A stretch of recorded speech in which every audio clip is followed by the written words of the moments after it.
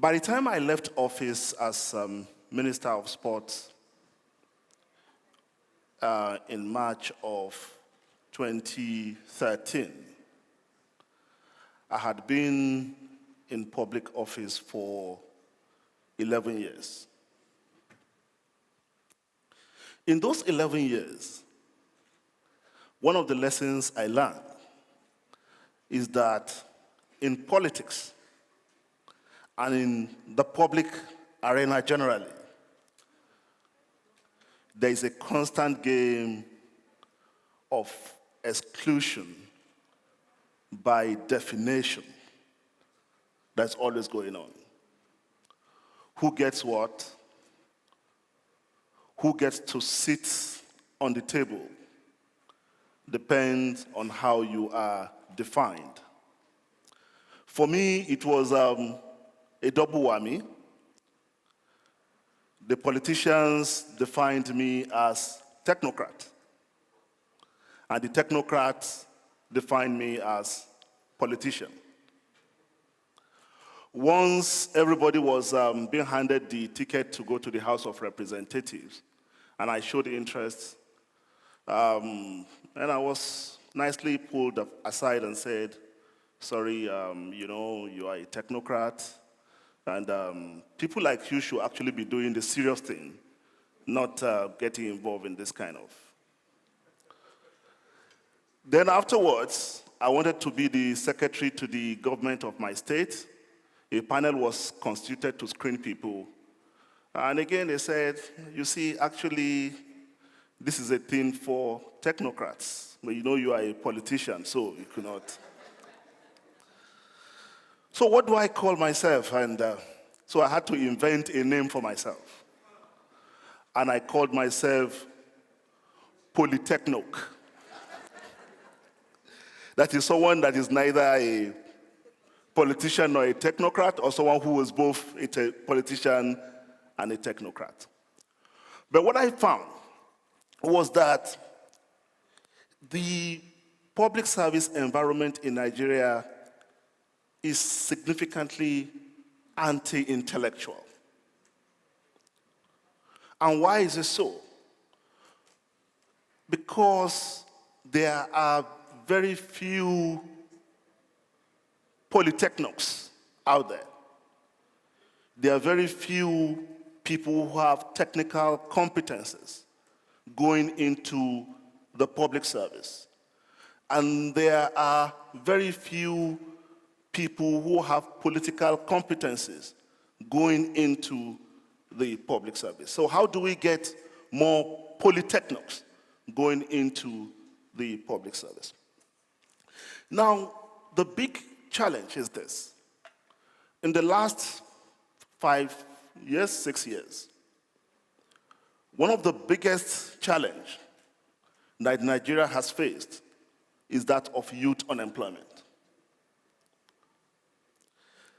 It is estimated that 46% of Nigeria's youth population of about 67 million who have gone to school especially are unemployed. Some people have called this a time bomb, and maybe they are not exaggerating. If you recall that the Arab Spring, by the time the Arab Spring started, the youth unemployment rate was actually 23%. And it's estimated that about 4.6 million young people are getting into the labor market every day.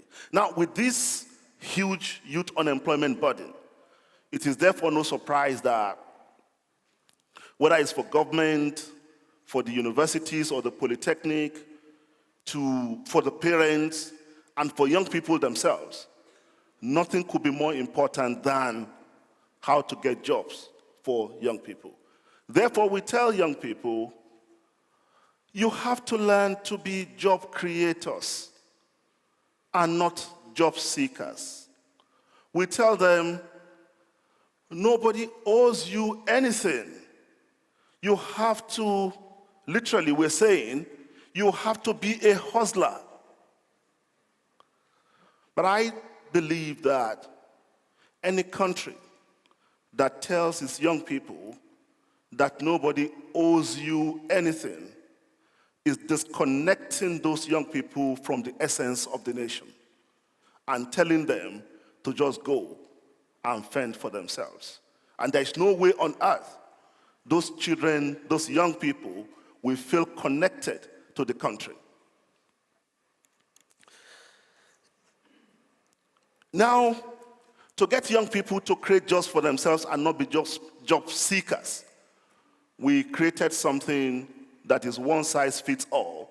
We call it Entrepreneurship Education. Universities even advertise themselves by their ability to produce young people who are not going to be job seekers, but are going to be job creators. Those who are interested in farmers, we said, no, you are not a farmer, you are an agripreneur. Even NGOs now call themselves social entrepreneurs. I spoke with a professor of mine who taught me writing in the University of Lagos. He's now in the University of Swaziland teaching media entrepreneurship. The Global Entrepreneurship Monitors for 2012 and 2015 said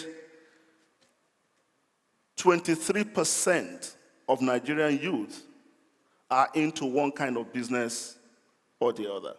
And actually 90% of everyone that was polled said they are ready and prepared to start a business.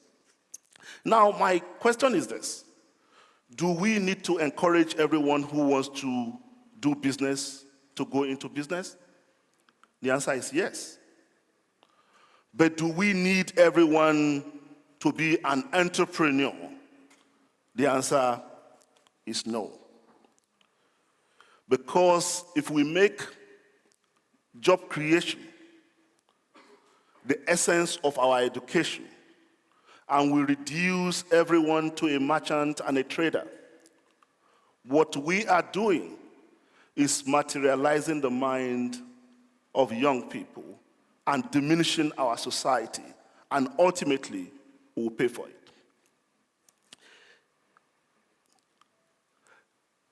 One of the big challenge that I find in this entrepreneurship, I call it craze, is that we are educating young people out of their diverse talents.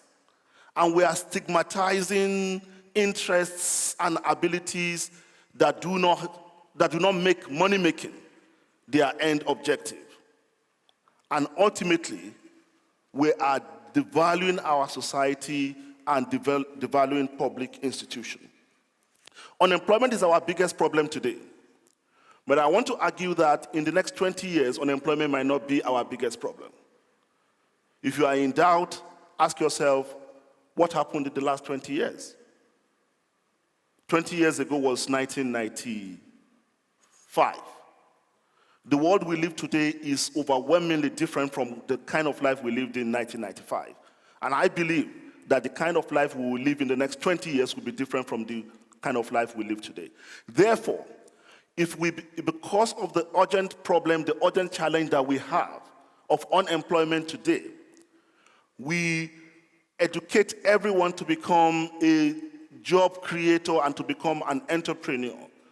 Ultimately, we will pay a severe price because the nature of work itself will change.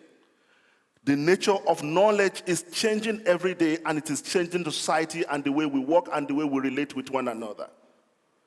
Everyone will change, and I believe Nigeria will not be ready if we continue the way we are doing, because by then, the question we're going to ask is, where will our firefighters come from? Where will our engineers come from? Where will our doctors come from? Where will our teachers come from? Where will our artists come from? Where will our plumbers come from? Where will our philosophers come from? Who will research into new food seedlings? Who will research into new disease that we'll be dealing with when everyone has gone on to set up a business? The point I'm making, therefore, is that entrepreneurship education is important, but we do not need to force all forms of knowledge into a business model. We need to teach for both professionals and civic reasons. We need to teach people who will go on and make the money, but we also need to teach for the purpose of those who will serve the society and who will go into the public sector and grow the institutions. We say institution is very important. Institutions are very important, but institutions cannot build themselves unless people go into them and build them. Now, one of the most important success Nigeria has recorded in the last 10 years or so is the explosion in the Nollywood industry, the entertainment, the film industry. Yeah. Now, the biggest challenge in that regard is that the incredibly talented young people who have developed the entertainment industry in Nigeria into a global scale industry are not getting value for their investment and for their effort. Why? Piracy. And why has piracy thrived? Because the government institution that's supposed to tackle it is so weak. By one account, many of the guys who work at the Intellectual Copyright Commission don't even know how to use the computers. Now, the point is you cannot run good business, efficient business, profitable business if you don't have strong and efficient government. You cannot run an efficient government if you don't have a strong and efficient bureaucracy.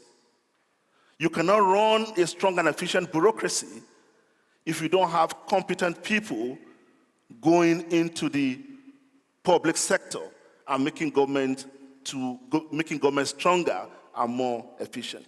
It's actually amazing for me that we cannot see the connection between what we complain about as declining capacity in our institution and the nature of education we are giving to young people.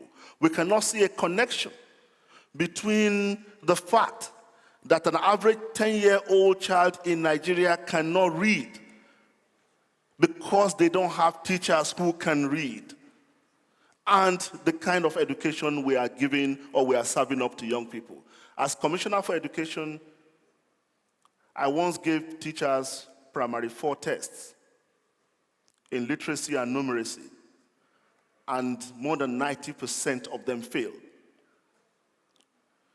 Yet we all lament that children are not learning, but how can children learn when teachers failed?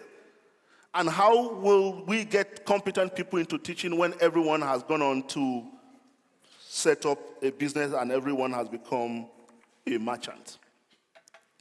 There's a close connection between training and education, but there's a fine line of difference between them. To be trained is to have skill. To be educated is to have wisdom, knowledge, and enlightenment. Is to be able to discriminate in your judgment between what is right and what is wrong. To have sound ethical standards and believe that the greater good is more important than personal or selfish interest. It's the same thing that Plato was saying when he said, you cannot be wise and be wicked. He says the root of all wickedness is lack of wisdom. It is the same thing that Desmond Tutu was saying when he said, if you educate the heart without educating the soul, you are breeding scientists and educated people who will use their genius for evil. Now, the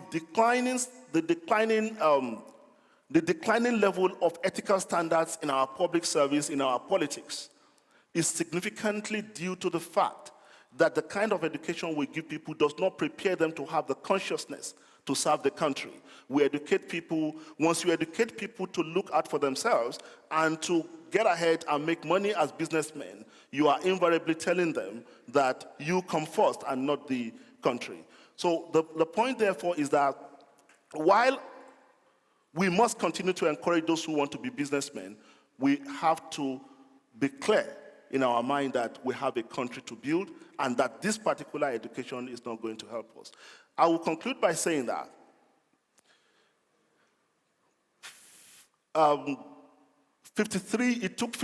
we are 53 years as an independent country today. But we have only one Nobel laureate for literature.